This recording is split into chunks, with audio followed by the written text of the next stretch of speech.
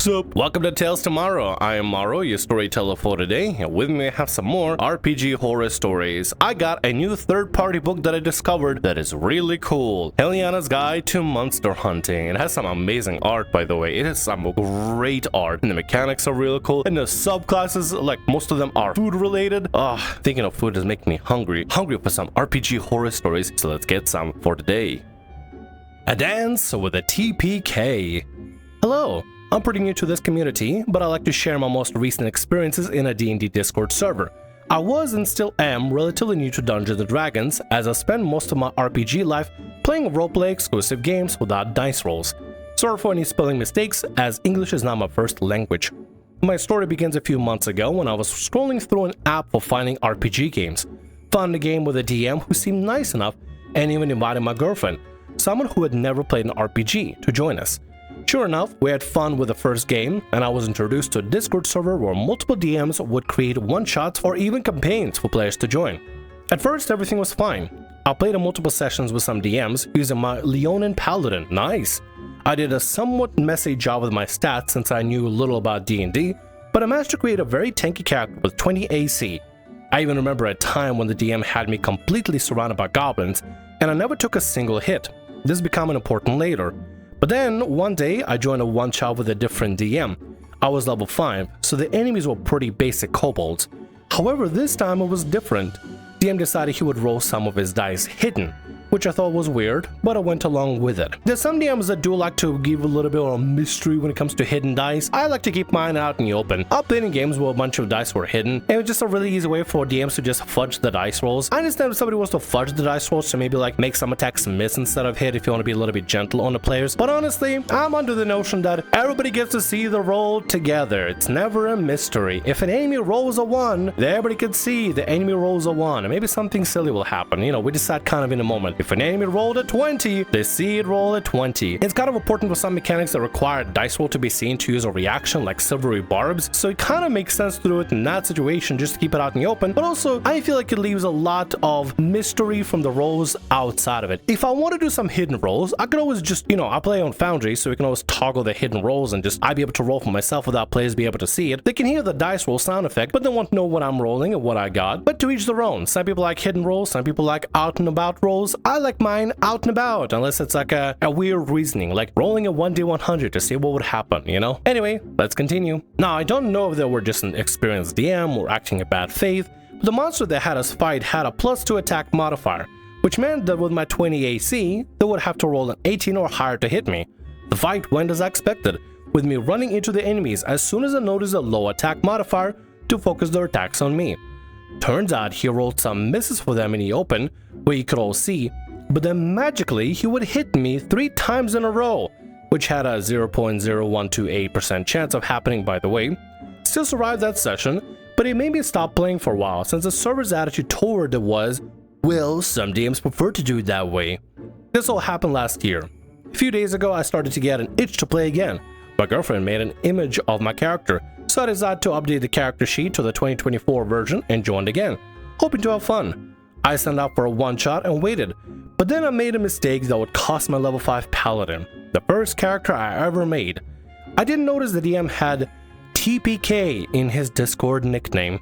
I hope it's for something else like toilet paper kerfuffle. I don't know, some sort of other dumb acronym, because if you actually put down TPK in your Discord nickname as if you're like threatening that I'm a TPK DM, not only is that cringe, but also why are you putting down to everybody who's like, hey, I'm a TPK DM, I'm gonna try to kill your entire party, woo wee woo. Also, just because your player character died in a session doesn't mean they're dead permanently, because you know what you can do? You can still take the character sheet and put it in a different game and just continue playing that character. Pretend like the other game was just a fluke and sucked, and just forget about it and just take a character to something else, like what I did with Morrow. When Micah and Mary and I, we left from our problem game that we played on, I made a whole video about it with like lore DM and all that. And basically, we played in a really crappy game that started off great, but then continuously became worse and worse and worse, and then just some very hard to ignore glaring issues of like favoritism and problem play behavior and a bunch of stuff, and DM favoritism of specific party group in particular. It just became such a terrible terrible mess and everything was so poorly planned.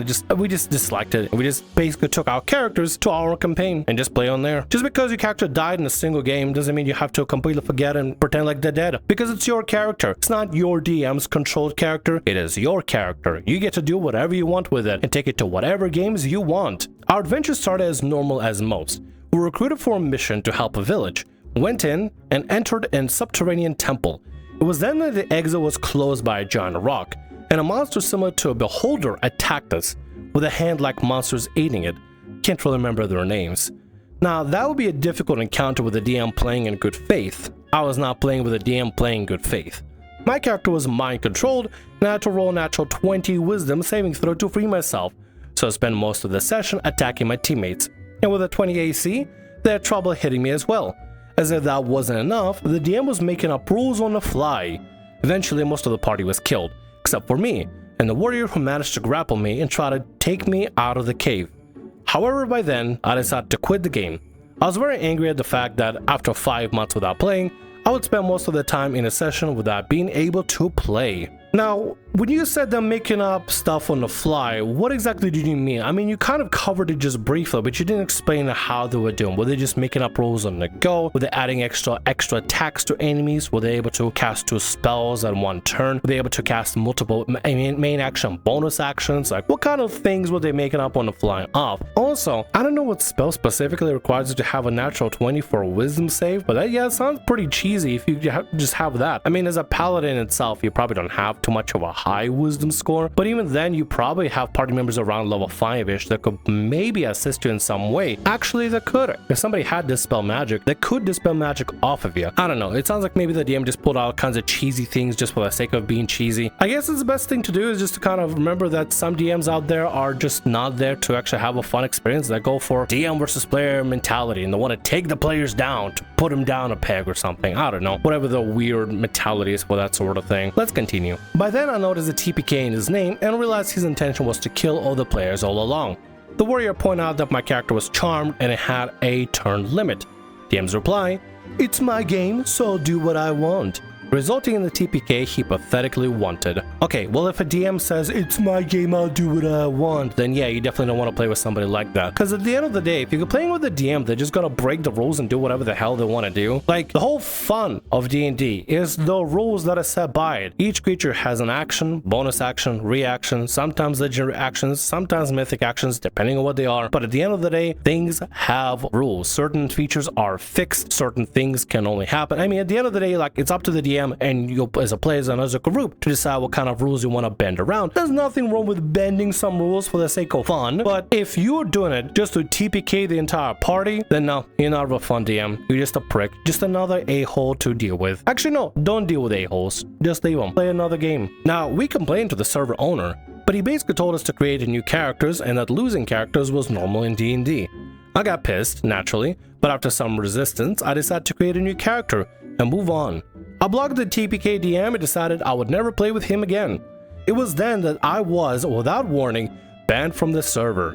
As of now, this is how the story ends, and I'm looking for a game to play in without a jerk as a DM. So you went and blocked a crappy DM that you didn't want to play with that clearly has TPK in their name and bends the rules just to be able to TPK a party. They got so butthurt over it, they made the owner of the server ban you from the server. You know what? OP, I think you should continue to play your Leonin Paladin. Your Leonin Paladin received a horrible disservice in this server, and I think it's not a problem necessarily only with this DM, but with the server as a whole. Because you didn't want to play with a TPK DM, oh, the horror of the humanity. You don't want to play with a TPK DM, oh, you gotta be banned from the server because you don't want to play with a crappy DM. The horrors, oh. Listen, you'll find a better server out there. You'll find a better game to play with out there. And honestly, I'd say bring back Leonin Paladin. Just play your Leonin Paladin, remake them, and just play them if you want to play them. Or make a new character, I don't know, it's whatever you want to do. It's whatever you want to do, player. But I wish you best of luck. The DM of patently unfair house rulings. I'm so tired of house rulings. One of these days I want to join a group that just plays by the normal rules.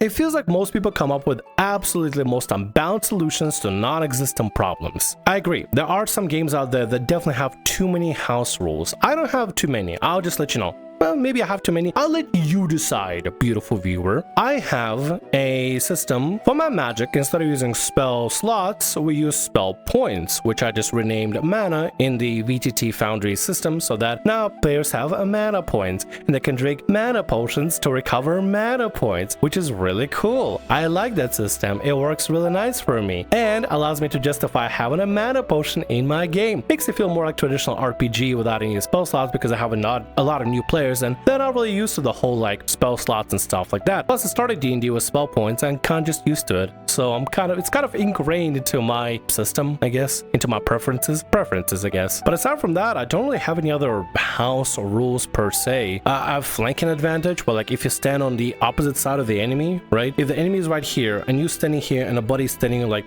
right here, you know, basically on the other side of the enemy, if you're flanking the enemy, then you get advantage. So that's about it. Do I have any other house rules? I don't think so. I don't think I do. I think that's all. I just have 2 house rules. Is that too much? Let me know. Anyway, let's continue. I'm here to discuss one of the absolute worst cases of this, now that it's been long enough. I found the group on Reddit, so I've had to lie low as this experience seethed below the surface and burned to get out. So I was tired of 5e D&D and really wanted to try Pathfinder 2e. All of my friends seemed to completely allergic to trying anything new, so I was willing to put up with a group of randoms to, at the very least, learn the rules about playing so maybe I could DM and ease my friends into it myself. It was apparently everyone's first time playing. The other 2 players had picked a wizard and a monk, so I figured a good bet to round things would be a champion. Crowd control, tankiness, limited healing. Felt like I was a good pick. House rules popped right up on the start to limit our character creation. Only a handful of races were available because DM reasoned the rest were too rare in our kingdom of origin. Fair enough. Any feats outside of the core rules or core feats deemed too strong by the DM would be subject to DM approval or veto. Magic items would be rare to non-existent. We weren't allowed to craft them until level 9. DM had seen the automatic bonus progress rules and thought they were too strong and applied a gimped version of them. It was revealed that at the start of the game, an unnatural storm would strike our ship. We would lose everything we weren't wearing to bed except whatever other object we could reasonably grab as the ship went down. As a champion, I was allowed to keep my armor. After some debate, our wizard was graciously allowed to learn spells outside the ones gained from leveling, despite the DM declaring the class feature is broken.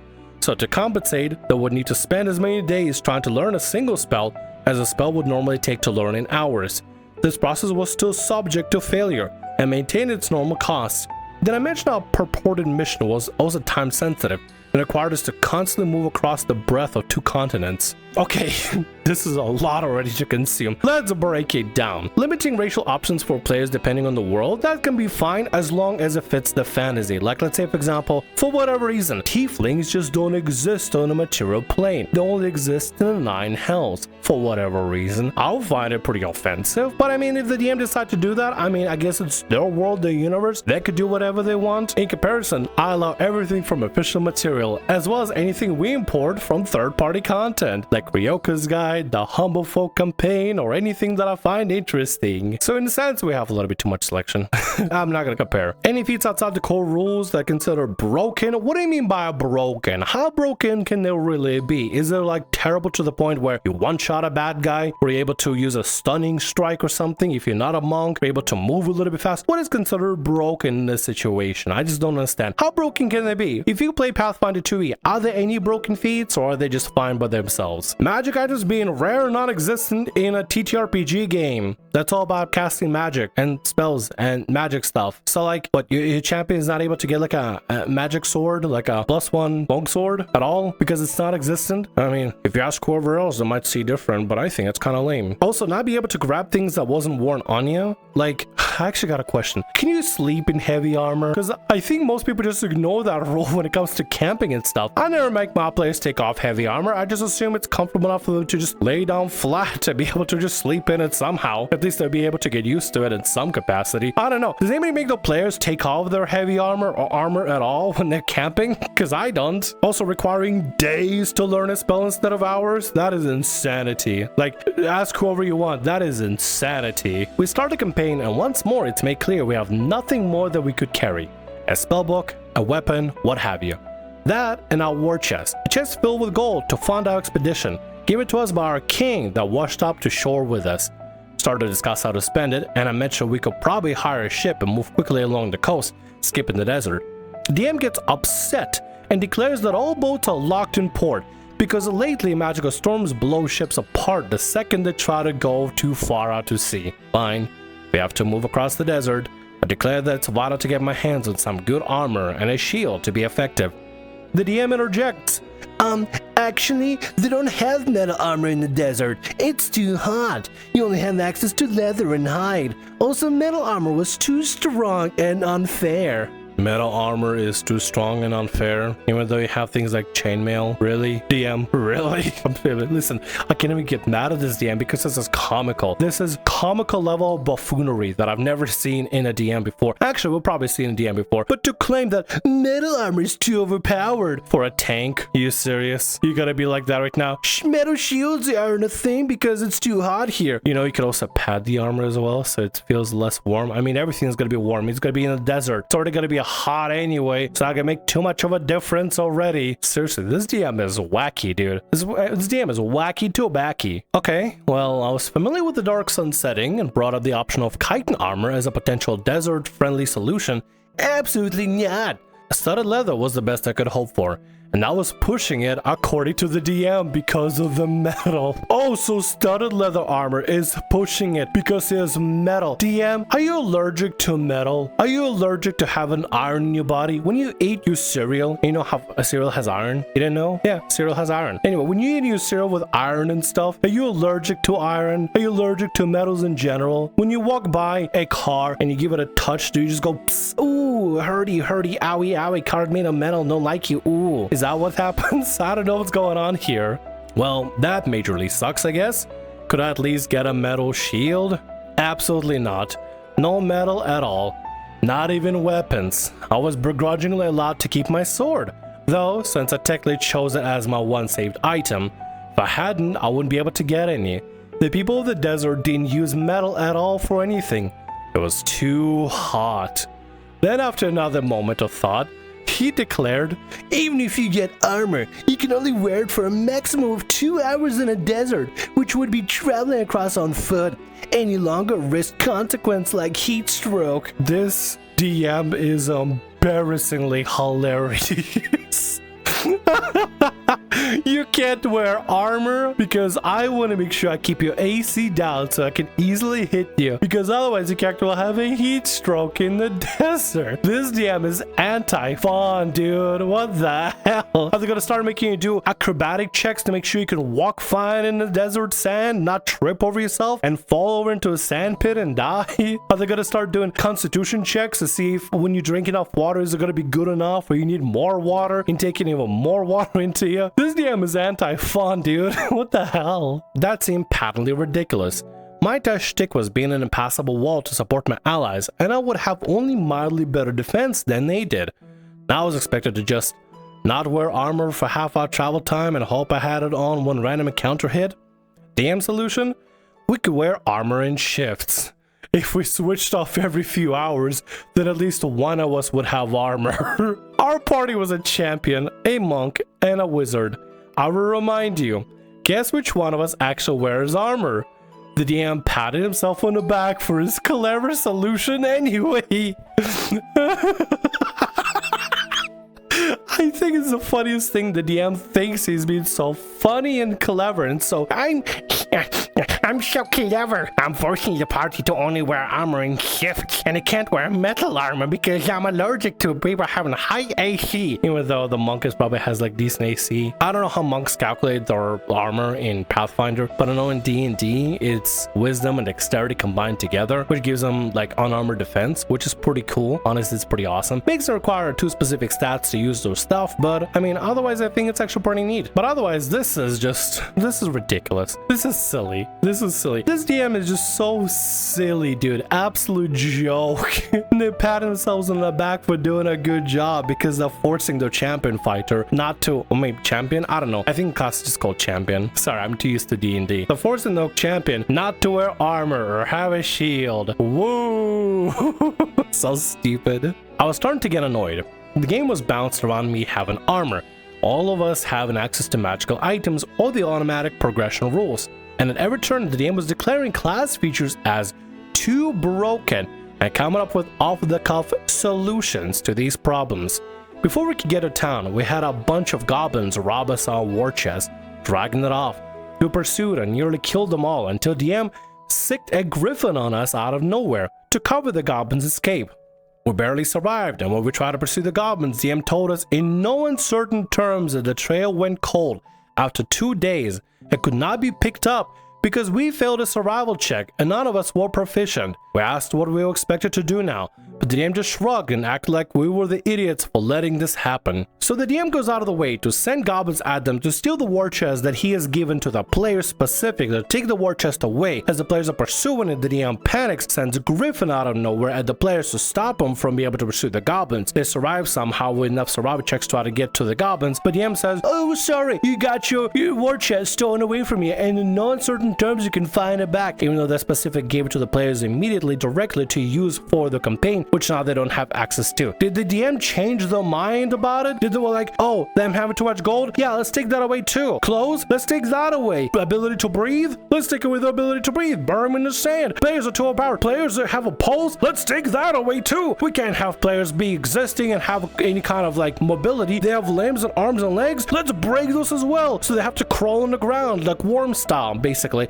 because we can't have players move too fast. We can't allow that. Players have good intelligence. Let's give them brain damage, some brain hemorrhages maybe. Players are too smart. We can't let players be too smart. Seriously, this game is anti-fun. They're playing a game, but they want to put in all these stupid rules in there for no reason. Honestly, I was second guessing myself about having too many homebrew rules and like, not homebrew rules, but like too many house rules and stuff, and maybe making my campaign a little bit too rigid. But you know what? No, my campaign is a walk in the park compared to this. This is insanity. Went to town to try to work for coins so we could literally afford to eat and get gear. The very next session, we all wiped in combat when negotiations with our employer soured. The DM and the two other players, all whom apparently knew each other, declared the Pathfinder 2E was stupid and unbalanced, and then voted to move back to 5E because it was more balanced. My input did not matter. It was outvoted. I think Pathfinder might be okay. I think the problem is with your DM. Actually, I got a question. If you were playing 5e before playing Pathfinder 2e, maybe you don't think the DM did this on purpose to make like Pathfinder 2e seem worse to everybody instead of like D&D 5e, since it seemed more balanced, quote unquote. Did the DM run a crappy Pathfinder game to try to convince their friends to go back to D&D 5e instead of playing Pathfinder? Did they run a purposely terrible Pathfinder game to convince their friends D&D is so much better? Let's go back to this one, guys. Ha ha ha ha. Is that what happened? As I said that, typing up a polite resignation message, the DM started stacking up house rules for 5e in the chat. Again, one after another. All of them completely unfavorable to players. Like long rest that required an entire week. More or less everything above. I decided I was done. I should have decided I was done on session 1. I came here to learn and play Pathfinder 2e, not wallow in 5e and garbage house rules. Never mind, it's just DM sucks, they have too many house rules and stuff. Never mind. I thought it was some sort of a weird DM ploy to make 2e, Pathfinder 2e, Pathfinder 2nd edition feel bad to the other players, but never mind, the DM just sucks with their house rules. I just do not understand this type of DM. I'm so sick of grouping up with people who have no concept of how the game balance works and decide based on feelings what is and isn't balanced on the fly. I've yet to encounter a set of house rules that haven't made me cringe in some way.